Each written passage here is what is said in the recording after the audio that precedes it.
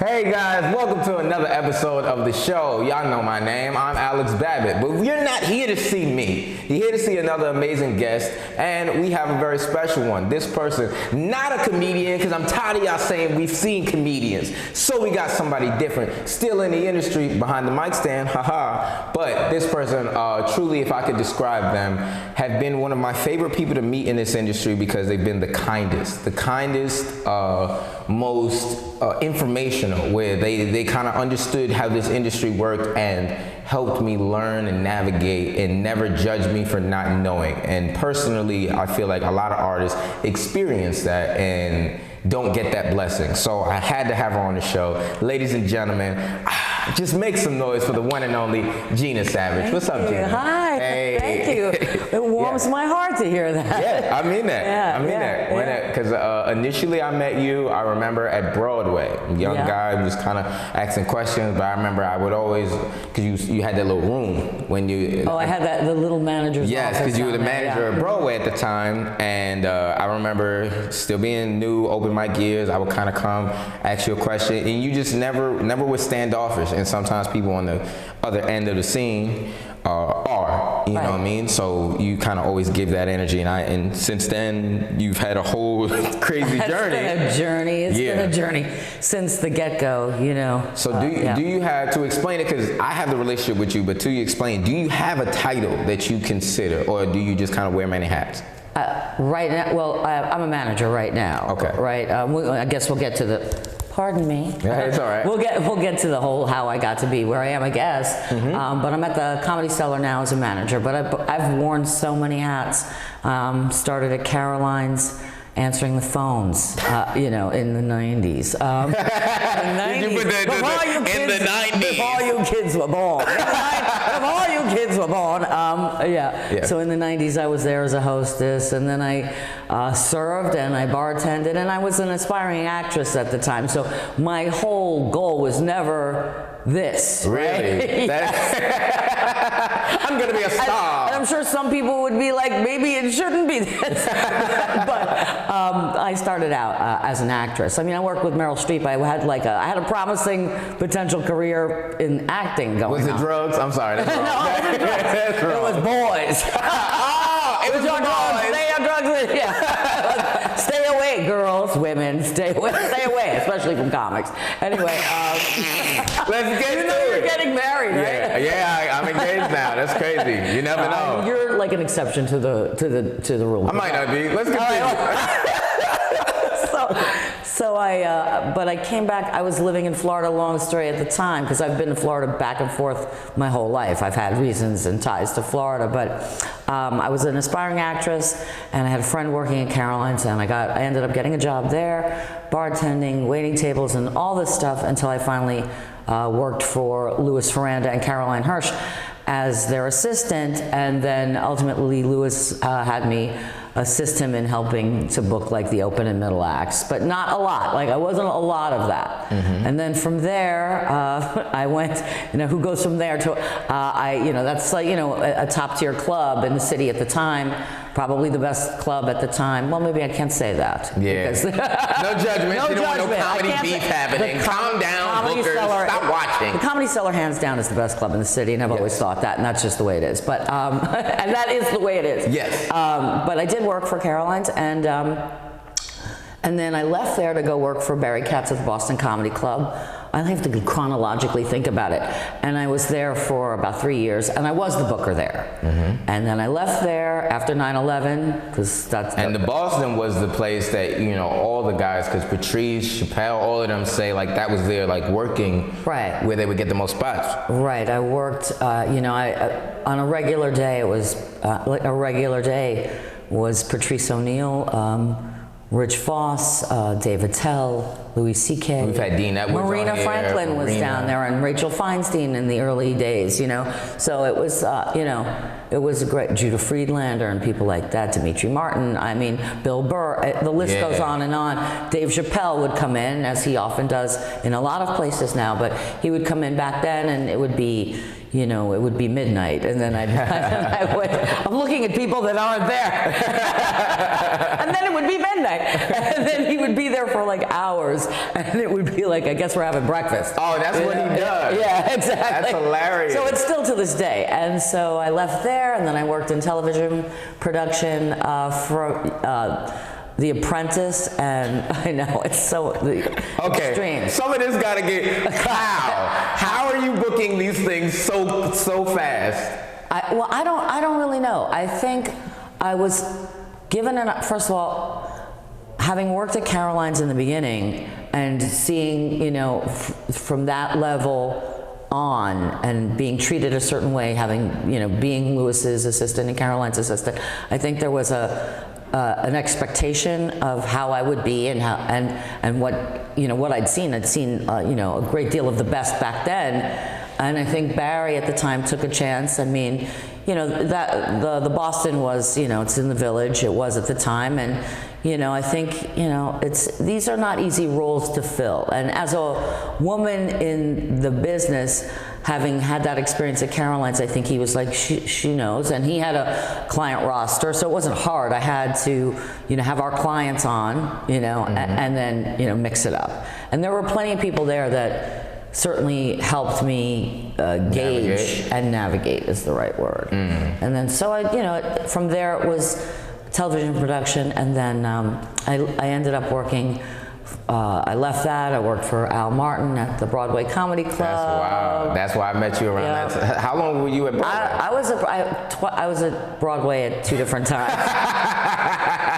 You can't keep a job. No, it's not that. It's just that you go where opportunity, you know, where your next opportunity. I kind of live my life a certain way, with a little bit of, you know, some intelligence behind it, I hope, and then, you know, some intuition, and also, like, you know, financial, you know, needs, and where are you going to learn the most, and where can you grow the most, things like that. So I was working for Al, and it was great. I was at New York Comedy Club, I was at Greenwich Village Comedy Club, and then I was at Broadway Comedy Club.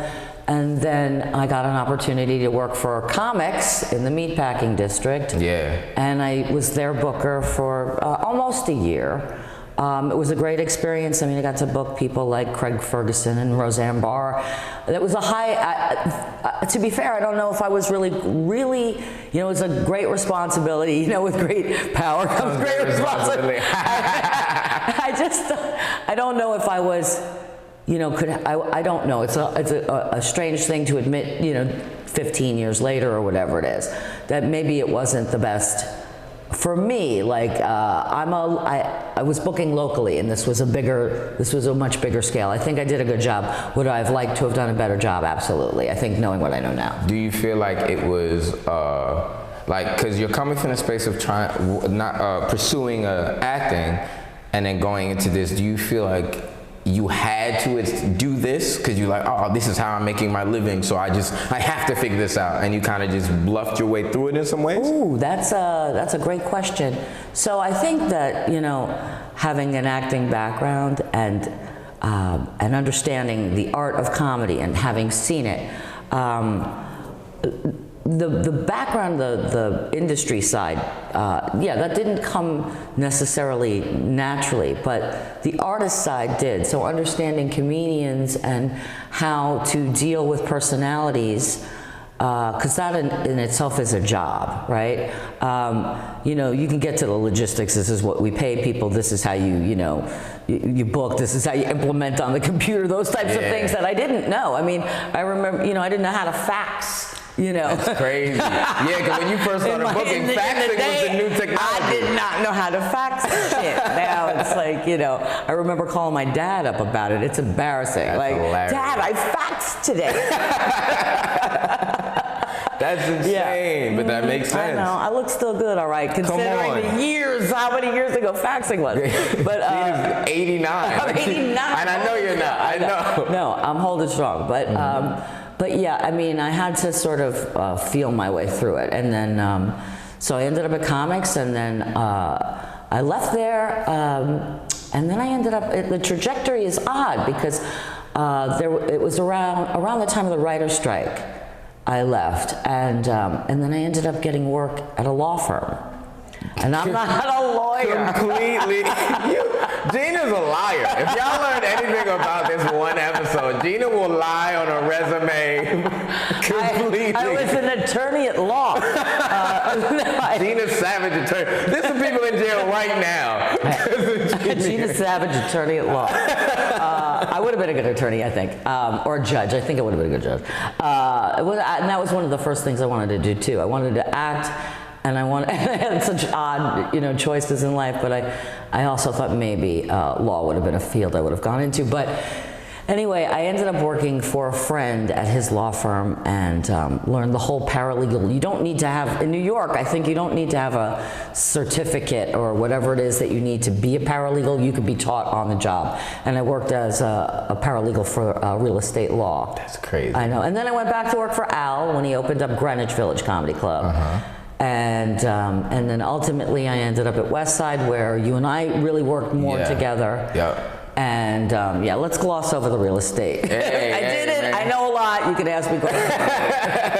Yeah, because West Side was, within my career, West Side was the first place that I considered like a home club, where, I came from. It was like, because I always tell the story of, I got my first TV credit, and I was working the set. It was 5 minutes. I was working the set. I was reaching out to the clubs that I currently worked at that time. I was like, hey, can I please just run? Can I please just run to do 5? Everybody said no.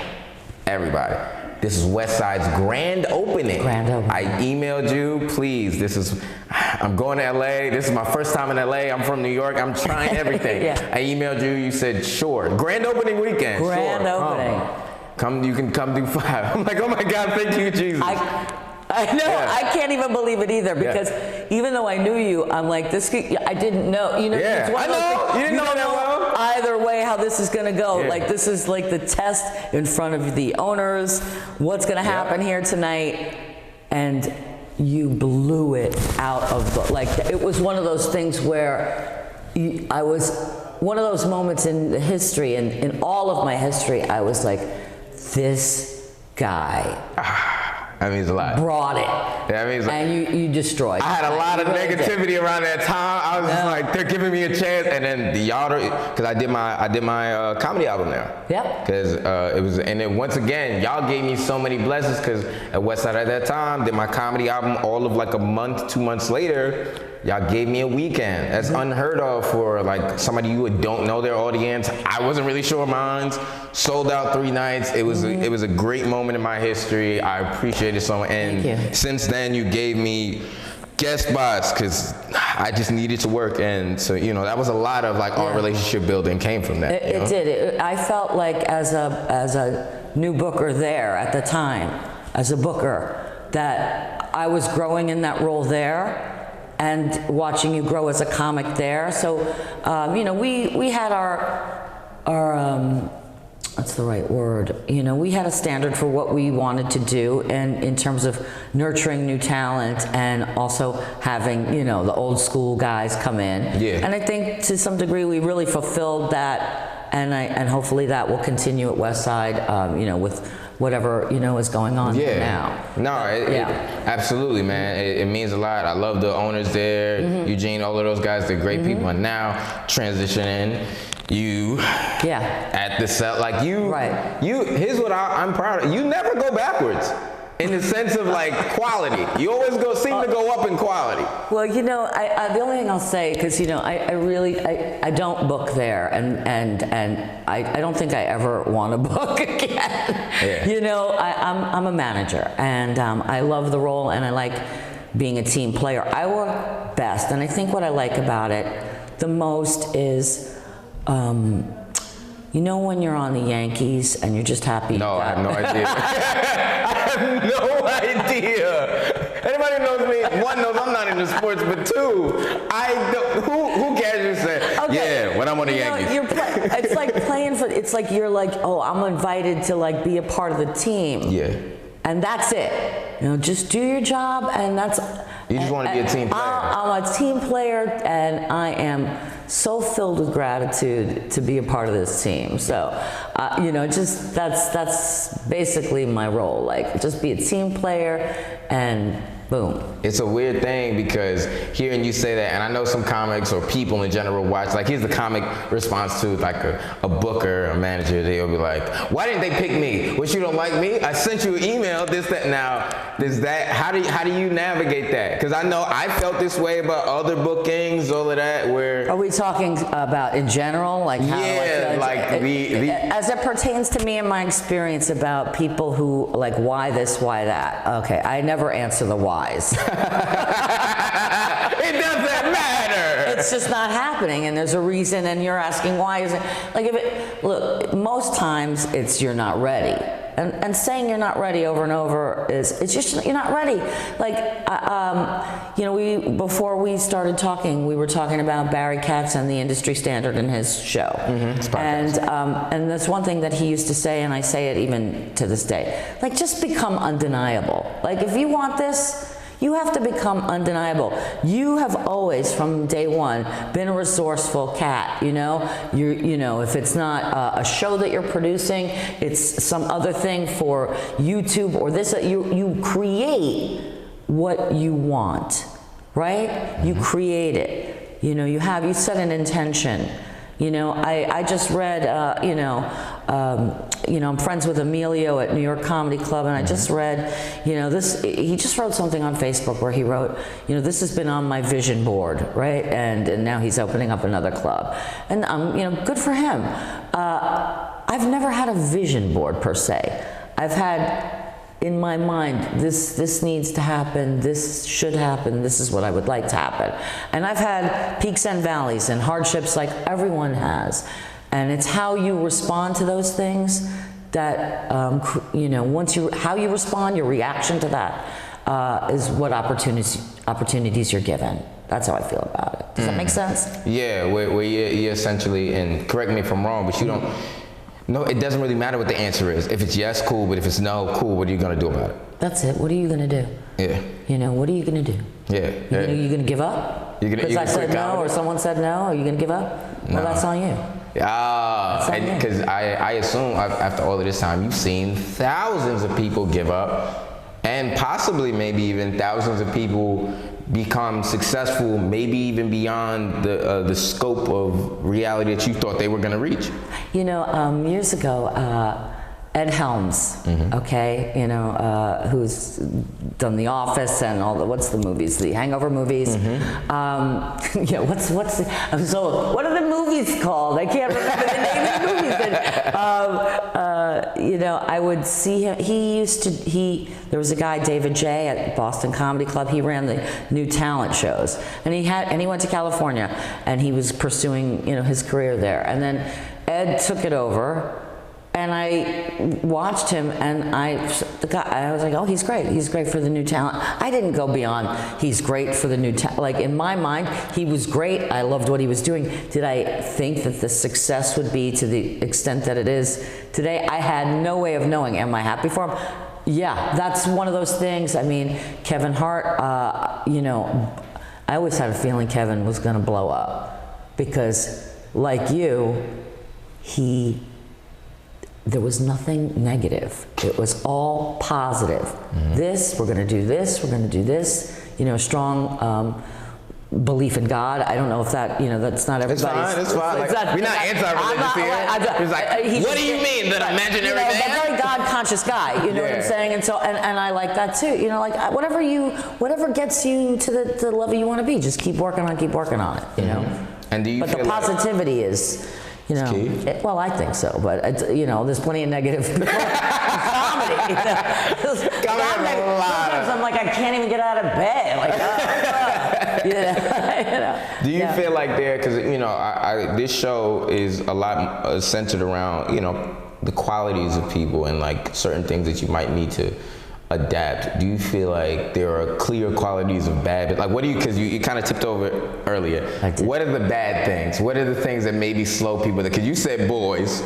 I think, well, I would have liked, you know, like, there were things I should have done early, even as an actress, and you're wrong, I do a little bit of comedy here and there. Okay, because so in doing right and wrong, like what are the things? I'm going to get to that one second. I got you. I'm here with you. Go along. I'm sort of like riffing it a back. little bit, circling back. So during COVID and for some reasons I went back to Florida and I was there for 2 years. And I ended up, I'm not attached to a club now. What is talking about myself in the third person? What is Gina gonna do now? So you talk to yourself a lot. I know you do. Gina, you but no, I don't really. No, but in this case, so I said, what am I gonna do now? And I had friends down there, and I had comic friends down there, and I ended up producing shows down there. And and for what it's worth, I probably could have stayed there, but when you follow intuition and something, I had some personal things happen this year, I found out I had a long lost brother. That's this tattoo. That's crazy. Yeah, it's DNA. It's a whole other thing that we don't have time for. But we don't have time for the tattoo story. We need to know! Anyway, both my brother and sister have the same tattoo. But my brother was visiting New York, and I said to myself, I had my apartment here still. I said, I'm going to make a decision about whether or not I'm going to stay in Florida and carve out a comedy life for myself there, because I was doing it to some degree, or am I going to come back? And I came back, and it just so happened that things worked out the way they did, and now I'm at the Cellar. So, but in doing like these things, what is right and what is wrong in terms of comics, comedians, bugging somebody, being in somebody's face is never good, ever good. Because again, true talent is undeniable, right? Somebody gets on stage, you're like, oh my God. I always find that the right people at the right time will come to you, in those moments. They will find a way to you. Another good piece of advice was like, if I'm at a party, I don't have to seek out the people. They will find me. We put ourselves in positions. And also, if you've made a bad impression, I'm not saying you, but in general, I've made some bad impressions. back off for a while, like back off and reassess, like back off. And if someone in any position in the industry says, get second opinions. Like if one person says, you should go about it this way, maybe ask somebody else. Like if I said, like let's say I'm not a manager, I said, if you go over and you talk to so-and-so, then this and this and this will happen. Don't just take my word for it. Get it backed up. Because, it's an industry of a lot of personalities, and some people like to be approached a certain way. In general, right? I was easily approachable. I just like people, right? Like I just like, I'm just like, it wasn't, and I also knew what I could and couldn't do for people. So it never factored into whether or not I was going to be nice to them or not. It's just kind of my nature. Like I want to, like if I see you, I want to hug you. I don't know what the standard is, right? Like Gina's trying to get canceled. But I can't do it now. So. But I want to so bad. I can't hug you anymore. So yeah, that's kind of where it's at right now. That makes a lot of sense. It's so interesting to kind of watch your elevation, because you tend to evolve, but you don't seem to like, how some people go to like multiple jobs and different things, and they kind of keep this kind of chip on their shoulder. They're like, oh, I had to go here, and oh, things didn't work out the way I wanted to. You seem to kind of have a optimistic look on just all of this. Do you just enjoy being in the industry? I think, yes. I think yes is the simple answer. I love it. There are things I don't love about it. There are things that, I didn't love about a lot of different jobs I've had in my life. But, when wherever I am, when I see comedians that I know, and I love the art form. I love people that can make people laugh, which is why I, sometimes like when I'm on my little mini human roles, civilian person making people laugh, like I like that too, But to me, it's like, it's something very organic to some people have it organically. They just have a natural ability. And then other people really have to craft jokes. They are craftsmen, and that's not me. Like when I attempt we gonna zoom with the camera. I attempt to do comedy. I tell a funny story, you know, like I tell a funny story that I think is funny. Not everyone. But that's a game you can bomb at any point. Right. Yeah. But you know, that's how it is with me. I just try to tell something that happened to me. I'm not a person that would, you know, talk to the audience per se. It would be like, this is my You're not like the crowd work. Right. No, I've never had the opportunity. I thought like maybe I would, like, if I were ever to, I'm not going to pursue it, just so I'm not pursuing it. Yeah. Because you know people watch and like everybody wants to be a comic. I'm just doing what I do. Yeah. But no, I mean, like I said, we were talking about acting, and I think one of the questions earlier that I sort of rambled on after about was, you know, do I, you know, something to do with like, did I fall into this a little bit because I wasn't acting? Yes, I did fall into this because I wasn't acting, but it was my way of staying close to the business. Like, I liked the entertainment business, not so much the business, but the people in the business I love so much. And yeah, I still have creative aspirations, and I don't know what that means just yet, so we'll see, right? I don't think, you know, so many things happen for people at so many different times in their lives, and you just have to be open, and I like to be positive. That's me. I mean, this week I was like, my ankle hurt, my back hurt, you know, I'm not a kid anymore. I have some weird thing on my hand. I'm like, what the fuck? Not now, yeah, exactly. But you it's so fun. When you just get older, it shit start hurting. Shit is hurting. You're just like when I get, like, it's shit my dad used to, like, you'd be like, oh, my dad would get up, he would go, I'm stiff as a board. And I get up and I'm like, I'm stiff as a board. I'm stiff as a fucking board. You used to tease, but now you're like, this is a perfect analogy. It really is, I'm stiff. It's horrible, it's so bad. Oh, so man. yeah, it takes a minute. I have to have like 3 cups of coffee and get it, the whole thing. And then you know when it works? About 2 a.m. I'm hitting my stride. It's like, my mom used to do that. She would get coffee and just lose it, but it'd be a weird hour. I'm like, why do you have this much energy right now? No, I'm great at 2 a.m. Just a heads up. That's when the phone calls can come in. If Gina ever gets back in the booking, 2 in the morning is when you should send an email. Yeah, it's not gonna happen, but I got a 5-minute tape. She's up, wired. No, I don't make any recommendations. I'm not doing any of that. Don't ask me no questions. She's sick of it. She's sick of the emails. Yeah, but just do you, take care of you, work on you, and believe in yourself. Like, really, really believe. That's one of the things probably, I don't think it's a regret. It just didn't happen.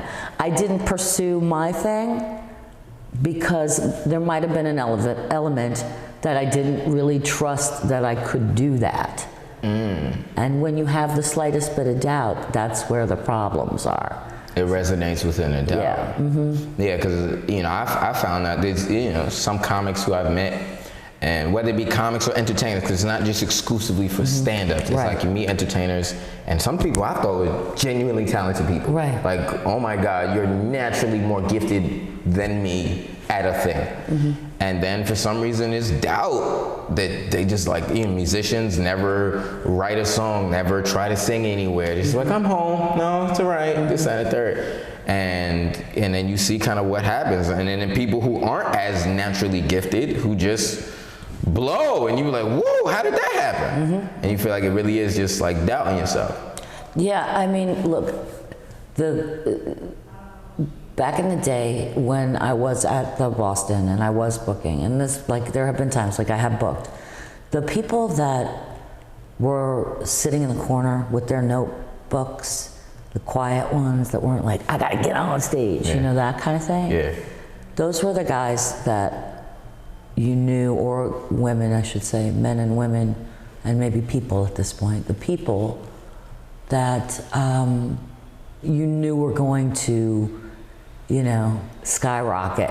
You know, they're just in the back working, they're not asking, and then and again, I don't think there's anything wrong with asking, because look how our relationship, there's no hard and fast, just don't, you know, just believe in yourself, don't be a pain in the ass. That's it. Believe in yourself and don't be a pain in the ass. Because that's the thing that because we close out all of these. This is so funny. We close out all of these with a moment where we act, because that's your direct camera, where we say, hey, guy, if you had like a gem, you kind of a gem, something to help a person who might identify as you, as like your energy, your personality. We still good? What's up? Talk to me. It's fine. Keep going? Keep going. We're fine. Well, don't even worry. Nah, so here's what happened, guys. There was some technical difficulties. Okay. You told me to give you a signal. Oh, I did? And then we just got killed by that. I forgot the signal. All right. It's okay. Keep it up, right? But You can hit 30. all right, cool. Got you. Okay, so we're about there. Okay. It's technical stuff. We're figuring it out, guys. We're there. So we're not gonna wrap it just yet. So now I'm gonna ask something I actually thought about and realized I didn't ask. When it comes to the hometown, because you came up in Florida. No, actually, I'm a native New Yorker, but So what's up with the Florida my connection? dad always lived there. So when my parents separated, Do you come from money? no. I'm in the same apartment on the Upper East Side that I've been in for like 23, 4 years or whatever it is. That's Yeah. So matter of fact, I could tie this in because I know what the real question is. Oh. Coming from money, right? Or not? look how I tied it in. Yeah, She's lying. Yeah, Everybody I know that comes from money says they don't come from money. I don't come from money at all. Did you have people, and maybe in the sense of your doubts, was it like through a lack of support in some way? Wow, like we're getting psychological. Come on, I love that's how I get I stuff. know it's good, and I really like your style. I do. I really do. I got support. My father always, he was always supportive. He always wanted me to act. That more than anything. My mom, on the other hand, was supportive and did as much as she could. And I was called a little actress from the time I was a kid. Like she's such a little, we're Jews. She's such a little actress. Jewish. Yeah. I did not realize you were Jewish. She's such a little actress, this one. And I thought, but I didn't know anything else. I thought that's what I was supposed to be. I went to Performing Arts High School. I went to NYU for theater, and I mentioned to you, like I did staged reading years ago with Meryl Streep and Sam Waterston from like all the Law and Orders. Like I was like it could have happened. I didn't. This is what I'm saying to the kids, to the youth of today. If you believe you have it. That's crazy. Pursue it. I love being on the edges. Do I like this? Yeah, this is fun for me. Like this is a moment to be a little bit in front of the camera. Yeah. Right? Yeah. But, probably could have had a little bit more encouragement, I think. But I think it also has to come from within. You have to want it. You have to really want it. Yeah.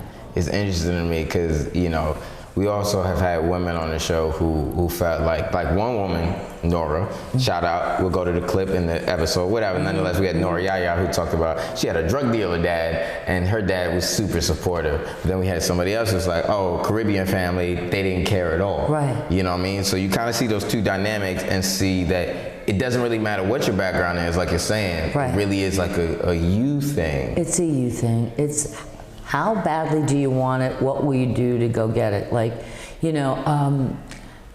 people that get sober, I'm sober, right? How badly... Did you have them drunk years in the career? Because this is an industry it's an industry that can lend itself to it, and people, I've had times that I've been sober for great lengths of time, and then not. Now I am, and on a day-to-time basis plan to remain that way. Yeah. You know what I mean? She's like, but if we party after this. But let's do it.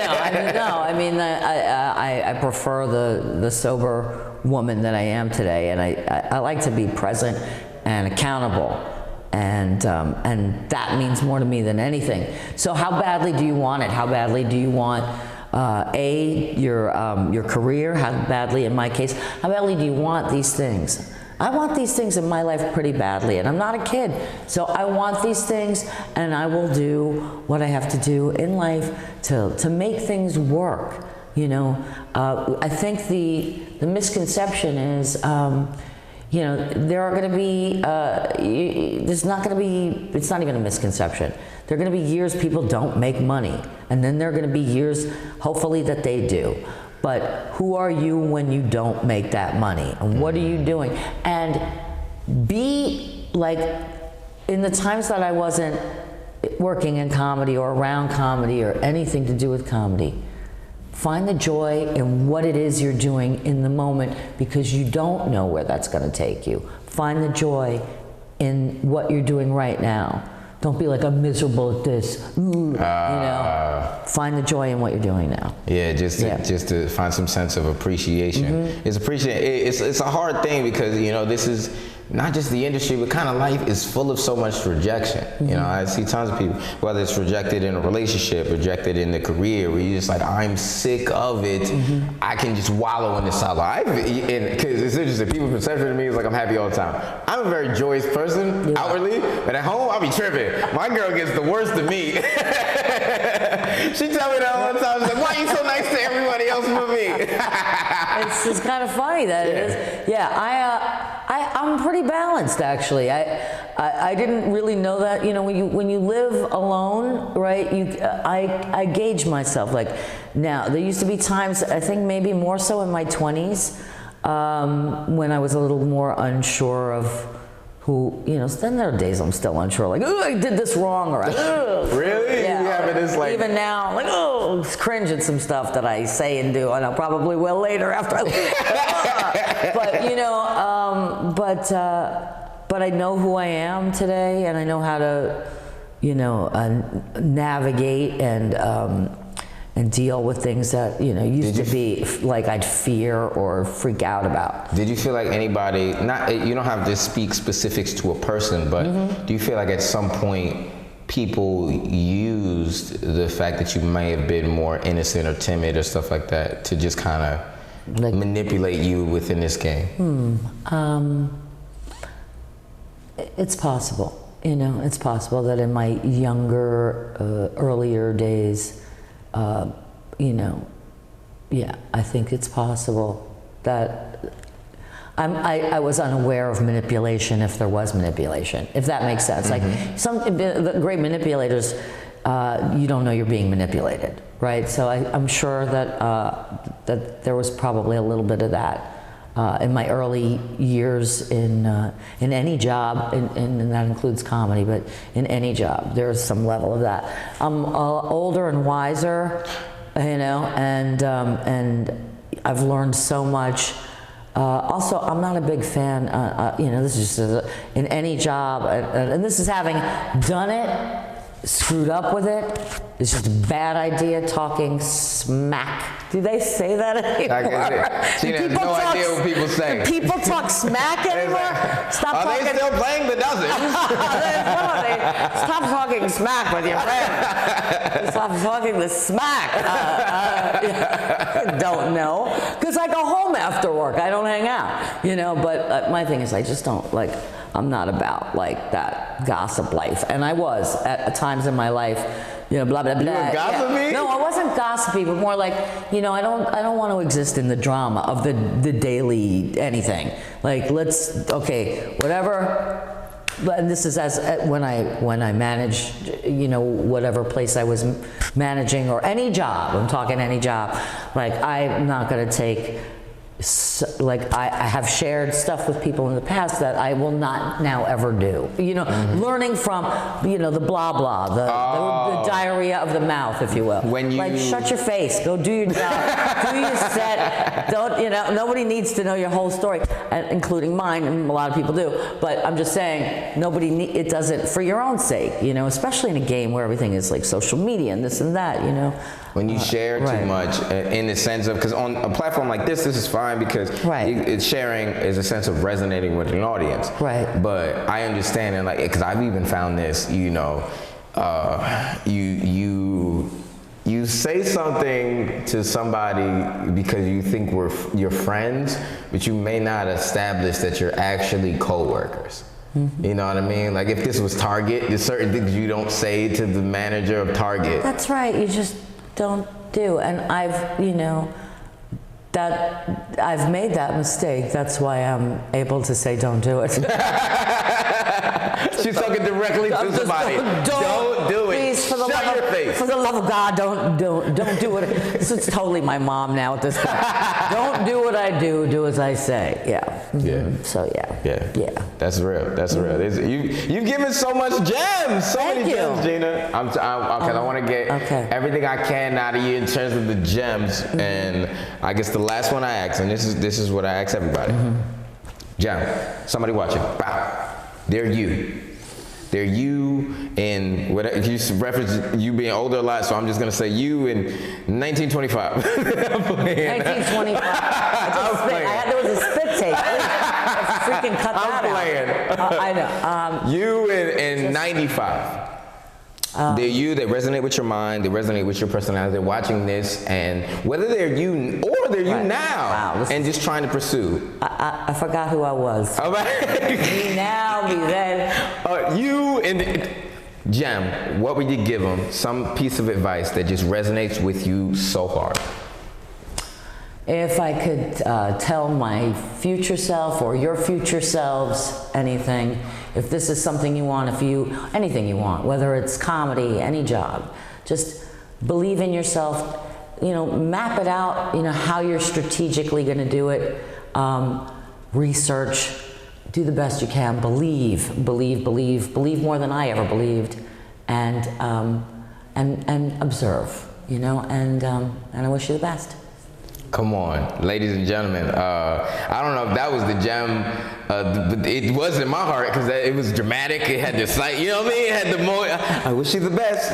We can do an edit. It's great. I know. I'm an actress. We see it.